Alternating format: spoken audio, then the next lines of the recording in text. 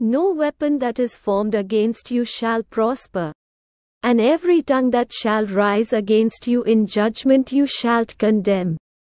This is the heritage of the servants of the Lord, and their righteousness is of me, saith the Lord. Isaiah 54:17. Sanctify yourselves, for tomorrow the Lord will do wonders among you.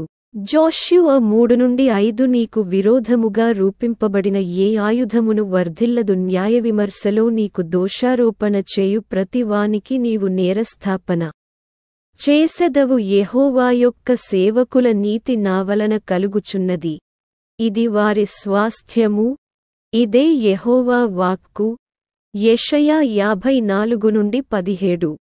రేపు యెహోవా మీ మధ్య అద్భుతకార్యములను చేయును గనుక మిమ్మును మీరు పరిశుద్ధపరచుకొనుడని జనులకు ఆజ్ఞ ఇచ్చెను. యెహోషువ 3:5.